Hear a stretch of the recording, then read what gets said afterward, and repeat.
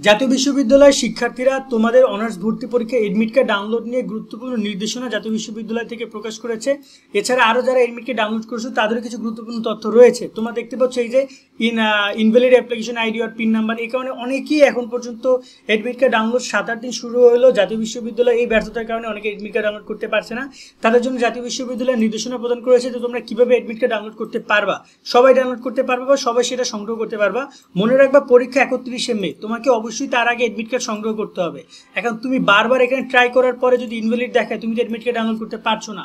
এই জায়গায় জাতীয় বিশ্ববিদ্যালয়ের উপরে ব্যানারটা লক্ষ্য করো, এখানে বলা হয়েছে যে প্রথম বর্ষ স্নাতক সম্মান শ্রেণীর ভর্তি পরীক্ষার প্রবেশপত্র শিক্ষার্থীরা আবেদনকৃত কলেজ থেকেও সংগ্রহ করতে পারবে। তোমরা এখানে এখন এডমিট কার্ড চাইলে জাতীয় বিশ্ববিদ্যালয়ের ওয়েবসাইট থেকে না পারলেও কলেজের কাছে গেলে কলেজ তোমাদের এডমিট কার্ড দিতে বাধ্য। কলেজ তাদের কলেজ লগ ইন অপশনে ক্লিক করে এখান থেকে এডমিট কার্ড সংগ্রহ করে দেবে এবং এডমিট কার্ড সম্পর্কিত এই নির্দেশনা জাতীয় বিশ্ববিদ্যালয় এখানে প্রকাশ করে দিয়েছে এবং কালকে হয়তো বা নোটিশ আকারেও তোমরা এটা পেয়ে যাবা যে তারা নোটিশ প্রকাশ করে দিয়েছে, কলেজগুলোকে নির্দেশনা দিচ্ছে কলেজ যেন তোমাদের এডমিট কার্ডটা দিয়ে দেয়। সেক্ষেত্রে তোমরা যে এডমিট কার্ড ডাউনলোড করতে পারছো না, এই একটা ব্যাপার গেল যে এডমিট কার্ড তোমরা কলেজ থেকে সংগ্রহ করতে পারবা।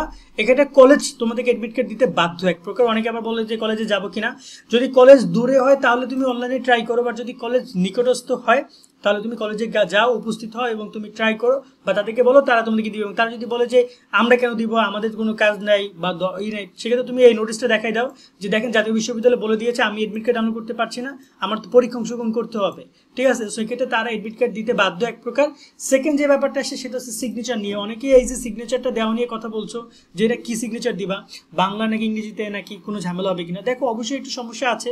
জাতীয় বিশ্ববিদ্যালয় এখানে একটা কথা বলে দিয়েছে যে প্রবেশপত্র, অ্যাটেন্ডেন্স শিট, ওএমআর শিটে অভিন্ন স্বাক্ষর থাকতে হবে। সো তুমি এখানে যেই সিগনেচারটাই দাও না কেন, অনেকে দেখা যায় এসএসসি রেজিস্ট্রেশন কার্ড অনুযায়ী সিগনেচার দিতে চাচ্ছ, দেওয়ার সমস্যা নাই। সেক্ষেত্রে সব জায়গায় 3 জায়গায় তুমি এই একই সিগনেচার দিবা। আবার যদি হয় যে এমন না যে তুমি এসএসসির সিগনেচারটা না দিয়ে তুমি ইংরেজিতে দিয়েছো বা তুমি তোমার অন্য একটা সিগনেচার দিয়েছো, দেওয়ার সমস্যা নেই, বাট বাকি 3টা জায়গায় তুমি একই সিগনেচার দিবা। ঠিক আছে, সেটা হচ্ছে প্রবেশপত্র, অ্যাটেন্ডেন্স শিট এবং ওএমআর শিট।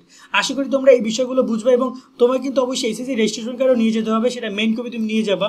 সেক্ষেত্রে মেইন কপি তুমি সাথে করে নিয়ে এসো, আবার নিয়ে যাবে, এমন না যে তুমি আবার মেইন কপি তুমি রেখে যাবা জাতীয় বিশ্ববিদ্যালয়ের কাছে, তোমাকে তারা দিয়ে দিবে, জাস্ট পরীক্ষা পারপাসে তুমি নিয়ে যাবা। ওকে, আর এরপরে আরও গুরুত্বপূর্ণ আপডেট আছে, বাট জাতীয় বিশ্ববিদ্যালয়ের একটা ব্যাপার বলতে চাই যে তাদের এডমিট কার্ডের এই সার্ভারটা আরও স্মুথলি করা উচিত ছিল।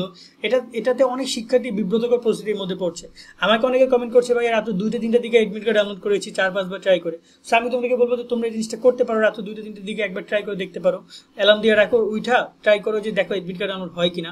এছাড়া ভিপিএন দিয়ে তুমি যদি সিঙ্গাপুর লোকেশন দাও তাহলে হয়তো বা অনেকে এডমিট কার্ড ডাউনলোড করেছে, এই কথা অনুযায়ী তুমিও ট্রাই করে দেখতে পারো, তোমাকে হয়তো বা এডমিট কার্ড ডাউনলোড করার সুযোগ দিতে পারে।